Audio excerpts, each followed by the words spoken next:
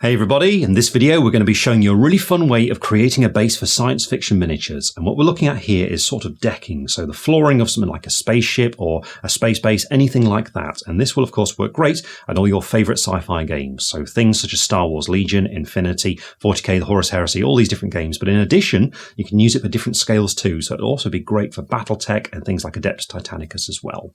Now doing this is really fun, and I'm going to give you loads of ideas of things you can do, and of course it's entirely up to you how far you take this. So we hope you enjoy it, and we'll see you at the desk.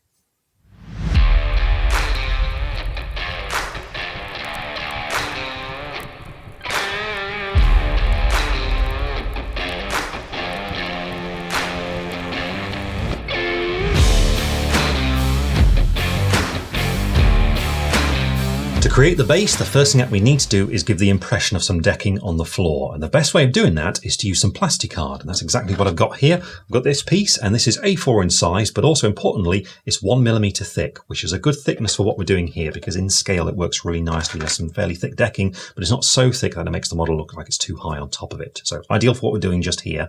And what we need to do is cut out some of this to match the base that we're going to be using. So for our example, what I've got is a 40mm round base from Citadel here, but an important thing to know is that the top of it is actually a little bit narrower. So if you look at it, you can see there's a chamfered edge on it, which means the top surface here is not quite 40mm across. We've measured it already. It's actually 37mm. So the circle that we cut has to be 37mm in diameter. So bear that in mind. So always make sure you check that before you cut anything out. And if you're not sure, it's always a good idea just to cut out a circle of paper first of all, just to make sure you got it right. But once you have measured it and you're ready to go, what you now need is to get a compass cutter to actually get a nice circle. And that's exactly what I've got just here. So you see, like a normal compass, except instead of lead, what we've got is a little blade just down there. We've got the measurements along here, and these are the diameter as well. So just make sure you're measuring to diameter and not radius. So what we need is 37mm here. So we can see at the bottom there's 3, so that's 30mm just there. And each of these little points here is going to be 2mm. So we just need to carefully go across. So that's 32, 34, 36, and then just there, that's going to make 37. So with that on there, we'll tighten this to clamp it in place, and with that nice and tight, we're then ready to cut out our plasticard. So to do this, what you need to do first of all is make sure you've got something down to protect your work surface, like a cutting mat or something like that. Then get your plasticard nice and stable on it, and what we're looking for is to get it so we're up at the corner just there, and then with the compass, I've got to position it just so it's not going to go off the side of it. So just checking it, so that's good, that's good. Press down the middle so we've got a nice little secure thing to anchor on, and then it's just a matter of going round and round until it comes out.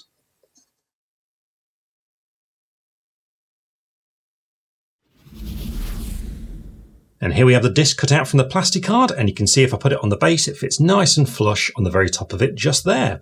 And so the next thing we're going to do is to start to cut this up so we can create the impression of panels and so decking. Now in doing this, what we can't do is simply cut it into pieces and separate it, because then it's going to be overhanging the base and it won't look very neat. So instead, what we need to do is just remove some slivers of plastic in between these panels. So what we need to do is cut those out. Before cutting anything, it's a good idea to decide what exactly you want to cut. So for that reason, what we're going to do is use a pencil just to mark out where we're going to be cutting things. Now for this I've got a mechanical pencil, though if you've got a regular pencil just make sure it's sharp so it's nice and precise. And what you'll also need is a steel ruler, and so I've got one just here. What I'm going to do is start deciding how this is going to be divided up. So I know on here I'm going to add some pipes running across here which are going to be underneath a raised up section. So I know about that sort of area just there is going to be separated, which I'll have to cut out, and then this part here I'm going to put some panel lines in. So the first thing I'm going to do is just decide whereabouts that raised up step is going to go along, around about halfway, so we're looking at about here. It's got to make sure you just carefully draw that line in there like that. So now beyond this, what we need to do is start adding in the panel lines on top of it. So what I'm going to do is, I think have one just going a little bit further away. Now, I want to make sure it lines up nicely with that line we've got already. So I'm just going to orientate this like this. We're looking at around about there. I think we'll do just fine. And then with this, then what we want to do is just draw across here. So we want to go across there like that. Now with that on there, what we then need to do is just make sure that we mark out a very thin area that we're going to be cutting. So to do this, what I'm going to do is just get that line, just separate a short distance from it. So we want to go around about there or so, so about 1mm away from it, then do another line. And this little space in between the two is then going to be waste. So this little area right here is going to be cut out. So what we now need to do is just carry on going around the base doing this, deciding what parts are going to be removed, and then we can start cutting it. Remember, if you're not happy with it, you can always rub it out. Just carry on until you're happy.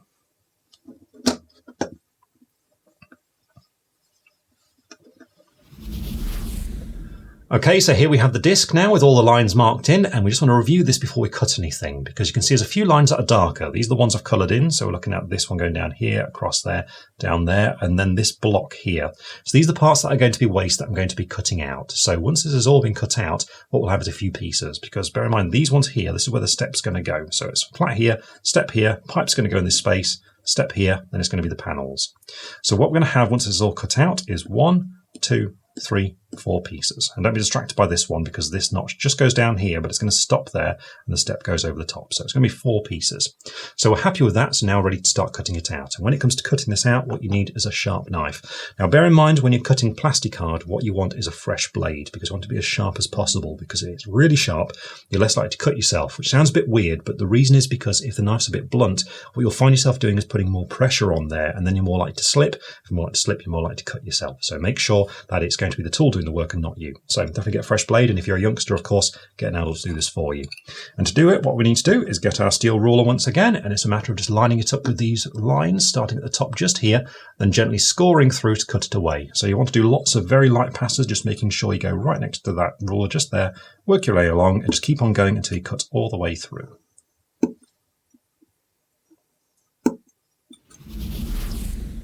And here we are, I've cut out all the pieces, you can see all the waste is removed, and now I've got the 4 components that we need. And so with this done, we're now ready to glue it onto the base. And for this, what I recommend you do is start out with one of the larger pieces that's got lots of edges to it, so you can use that to orientate it correctly on the base. So in this case, it's going to be this piece just here, which is going to go on sort of along here, and I can feel where it's going to be flush with the edges of my fingers as it's sticking on there like that.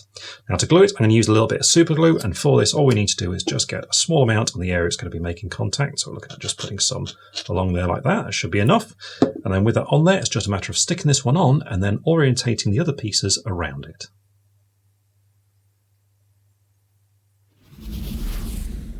And here we have the panels stuck down. And so the next thing we're going to do is build up the pipes and the step that are going to go across just here. And to do this, we want to start from the middle with the pipes, then work our way outwards to the step to make sure it all fits correctly.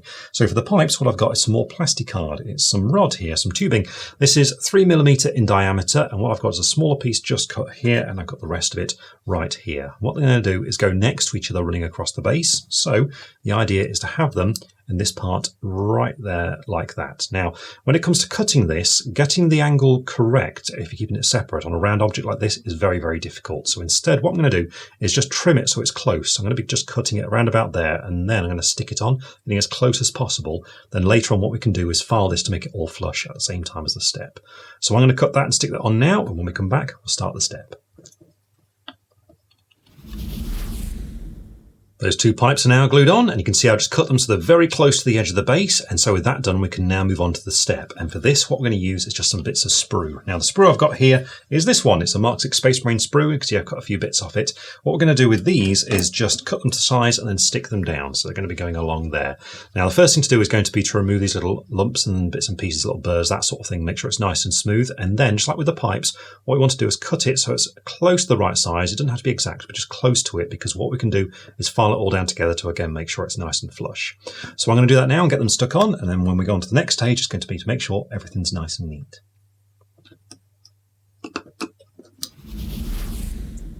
Once you've got that sprue smoothed down and stuck on, we can move on to the next step. And you can see there, it's just got that nice little raised up part where the pipe's going to be running underneath. And also, see it's nice and smooth running all the way along too. And the next thing is just to make sure it's flush down the sides with those pipes. Now, I've got this cut pretty close. If yours are sticking out a bit more, you might want to use some clippers for this. The choice really is yours. You might even want to use a knife, but be careful if you do so. In this case, because it's quite close, I'm just going to go straight to my file. And it's just a matter of just gently filing this down so it's nice and smooth going all the way around the outer part of that circle.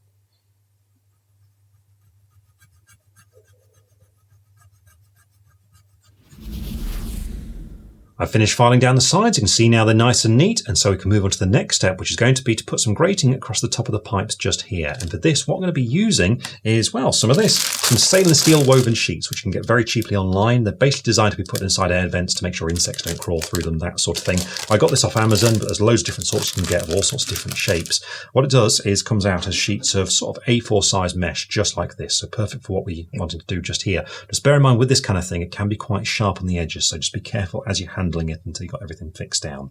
And the idea here is that we're going to have this going across the base, where it's going to be just covering the middle of those pipes. It's going to be going across there like that, touching the sprue on either side. So we just need to cut a strip the right width to go across there. Now you can cut this easily with scissors, but first of all I just want to mark it so I've got roughly the right width. I want to go to around about that little line just there. So what I'm going to do is get some scissors, cut this out, and then trim it down to size just so it covers the top of those pipes. I've got that mesh cut out now, and this is just going to fit over the top here, just so it sits in between those pieces of sprue. And if you look carefully, you'll see I've purposely made it just a little bit short up either side, and that's because I don't want any sharp bits sticking out and catching anything or cutting anybody or anything like that. Also, what I'm now going to do, once this is glued on, is get this very thin plasticard strip, which is 3mm wide, and this is going to go on the top of the sprue because this takes it a little bit over the edge of that mesh, so it's going to again cover anything that might be sharp to make sure it's nice and safe. So what I'm going to do now is super glue on the mesh, and then this little strip on either side of the sprue, cut it to size, make sure it's nice and smooth, and then we can move on to the next stage. We've now got the grating on, and it's also nice and secure beneath those strips, and so now ready for the final thing before we paint it, and that's to add the impression of some receded bolts in the flooring just to help secure all of it. To do this, what we need to do is just drill a little hole into the corner of each of these panels, and to do this, I'm actually going to start out with my knife to use this just to make a little guide hole for it. So what we want to do is just decide whereabouts these things are going to go. So we'll look at corners such as just there, and with your knife, to the tip of it, just gently rotate it like that, just to create a little indent, because this is going to help control the drill. Once you're happy with that, the next thing to do is to get your drill and go for a small one here. I've got one that's about 1/2 mil across, and with it what we're looking to do is to find that little pilot hole we just made, just line it up with it and just gently drill a short distance into the plastic.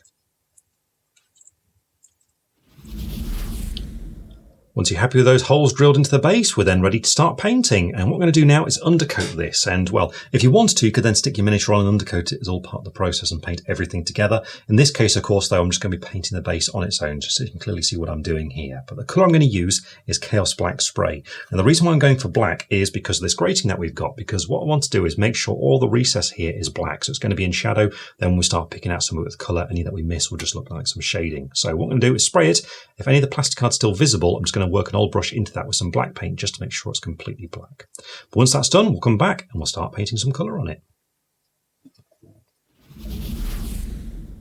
The base has been undercoated, so now we're ready to get some colour on here. And of course, there's a massive amount of variety of what sort of colours you could use here. You could go for like really clean silvers, you could go for maybe a white, almost like it's a medical bay or something like that.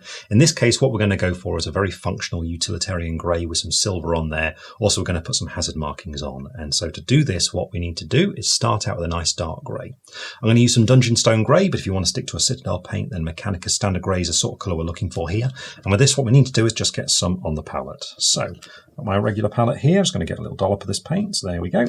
And then to apply it, I've got quite a large brush here. I have a medium dry brush from Citadel, so good for the sort of thing I'm doing here, because what I'm going to do is load it with some of this, almost like I'm going to dry brush it, because I've got some tissues. I'm going to use it to work some of the paint into the bristles, and then I'm going to apply it as a sort of heavy application, almost buffing it onto the ground. So a rounded circular motion like this, just to build it up across those panels, not worrying at this stage if we catch anything else.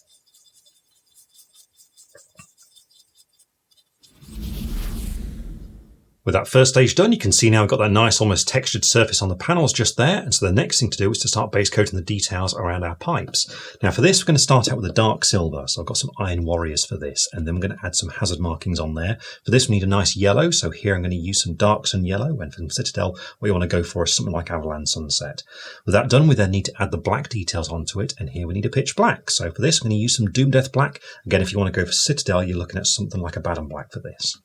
But first of all, I'm going to use that Iron Warriors colour, and this is a nice dark silver this. To apply it, I've got an old regiment brush from the Army Painter, because I'm going to be quite rough in how I put this on. I'm just going to get some on the palette, not worrying about thinning it down, almost setting up like I'm going to be dry brushing here, because with this, what I'm going to do is stipple it onto the grating, but also poke it through so we get the pipes beyond it. So just roughly like this, not worrying at this stage if we get it onto these raised up parts, because that's where the hazard markings are going to go.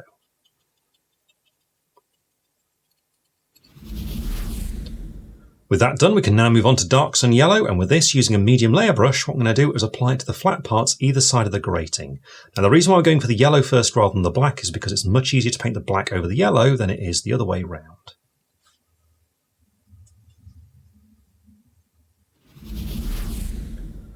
Once you've built up an even yellow, the next thing to do is to move on to the black, and here I've got Doom Death Black applied with a small layer brush from Citadel. And the idea here is to add the markings on here at about 45 degrees from the flat, so looking about this sort of angle here, spread it out to around about 3mm thick, so we're looking about that kind of distance there, and then skip the same sort of distance, carry on again beyond this.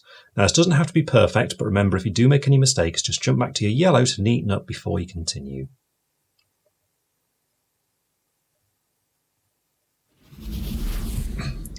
Once you've finished applying the colours and you're happy with those markings, the next thing to do is to get a wash on there to get a bit of variety to the colour and also get some shading and some depth. And so for this, what we now need is 2 washes at the same time to get a bit of variety. What we want is a dark brown wash and a black wash. So here I'm going to use some Battlemud wash and also some Oblivion black wash. But if you want to go for Citadel, you're looking at Agrax, Earthshade and Nuln oil here. And what we need to do is get both of them ready. And you can see I've got both next to each other on the palette here. I'm applying them using a medium shade brush from Citadel. And all I'm going to do is pick up one and start applying it all across the base. So all the details we've got, just roughly apply it like this, working it into nooks and crannies and things, just making sure it's not too thick, but really working into those details.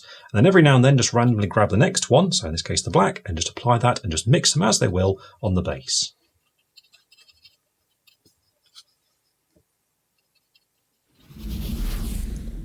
Both washes are now completely dry, and you can see it's given us a really nice murky appearance, so perfect for something like a spaceship landing base, something like that. And so with that done, what we're now going to do is move on to highlighting all of this. The first thing to do is to dry brush using some Necron compound, and this is for that grating. Now the brush I'm using here is a small dry brush from Citadel, and I've chosen this because it's quite narrow, because what we need is some control here. We don't need loads of it either, but make sure once you've got some on your brush, just work it into the bristles on some tissue paper, removing the excess until hardly anything is appearing on that paper. And once you've got it to about that point, then we're ready to use that narrow side, approaching like this, and go back and forth across the metal so as to highlight all the gratings, and also as you go down the side, to get the pipes as well.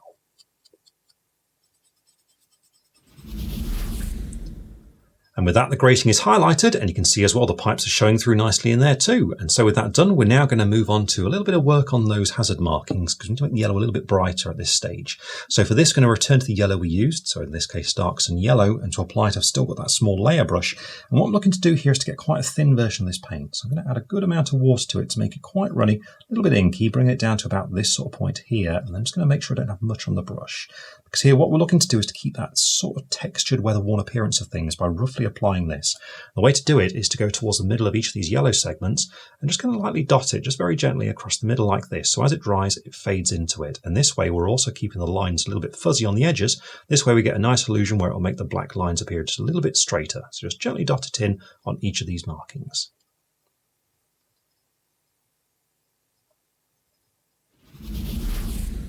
With that done, we can now move on to finishing off all the grey area surrounding it, and for this we're going to first of all return to our original grey. So in this case it's Dungeonstone Grey, but remember if you want to use Citadel, Mechanicus Standard Grey is the colour here. But then once that's done, we need a light grey. I'm going to be using some Abbadon Grey for this, but again for Citadel, you want to go for something like Administratum Grey. But first of all we need our dark grey, so Dungeonstone Grey in my case, and for this what I've gone for now is a small dry brush from Citadel. With this we just need a small amount really worked into the brush again, so really make sure it's in those bristles and remove the excess too. And when you've only got a small amount left, with this what we're looking to do is to start buffing the grey part, so the dark grey panels. So approach straight down and just do this rounded motion like this to steadily build up that smooth grey on these parts.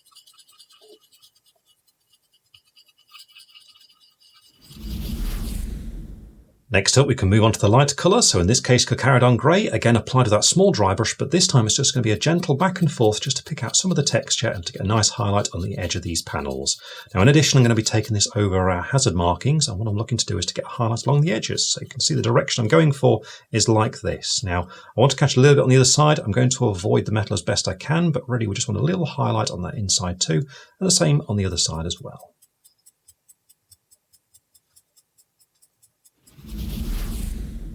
With that last dry brush done, you can see now everything's been brought together, and if you want to, you could leave it here. All you need to do is just neaten the rim of the base, maybe with black or whatever you're going for with your colour scheme. But if you want to, what you can do is add a bit more detail to it, and that's what we're going to do now. And the first stage of doing that is going to be to add a decal, because I want it to have that sort of functional industrial appearance here. So I'm going to put a number onto it, then when we come back, what we'll do is a little bit more weathering on there, just to help embed it into the surroundings. And here we have the base with the decal applied, and you can see it adds a lot more character to it, but that number 3 is a little bit too clean. Now this 3 is actually from the Baneblade transfer sheet, but of course just go for whatever it is suits the theme that you're going for. But now it's on, what we need to do is just embed it in the surroundings a little bit more by just chipping away at it. And to do that, what you need is the colour that forms the surroundings. So in this case it's going to be Dungeonstone Grey, and to apply it, go for a really fine brush with a good point on it. So I'm right down to a size 00 here from our Sopus. If you want to go for Citadel, a small layer is good, but basically anything with a really fine point on it. What we need to do with this is just get that paint really nicely thinned down. So quite inky, bringing it right down to about this sort of point here. Just get a small amount on your brush so you've got a fine point there. And with this, what we're now looking to do is just start chipping a little bit into that decal. So just from this side, for example, just a few little dots just going in, just scratching like that, just letting the hand shake, just so we get a few little random markings, perhaps a few lines, this sort of thing. It's really up to you exactly how much you do, but this will just give it a bit more life as if things have been passing over the top of it and catching it and scratching it. In addition, if you want to, you can do some of this on the hazard markings too, and again, just bring it a little bit over the edge.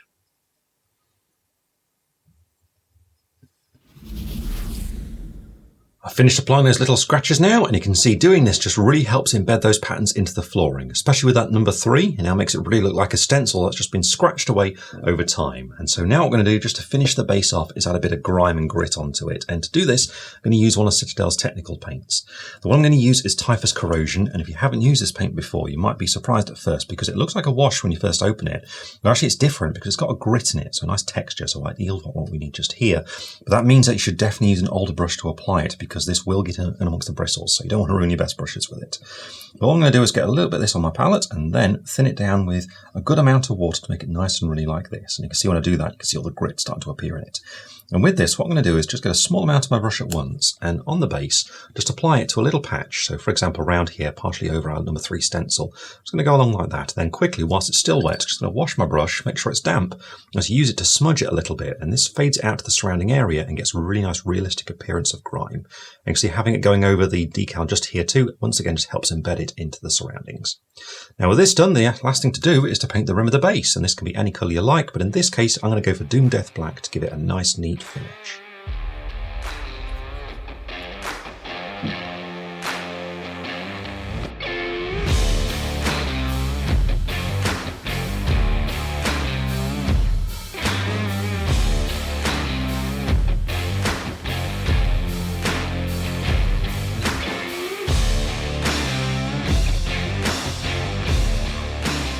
And there we are, with that rim of the base now painted, we have the completed sci-fi base. So as you've seen, doing this is really fun and really easy too, but really here all we've done is just scratch the surface of the kind of things that you can do and just given some ideas, and of course it's entirely up to you exactly how far you take this. But as you'll see, doing this is actually quite addictive and really fun as well. So have a good time with it, and we'll see you again very soon.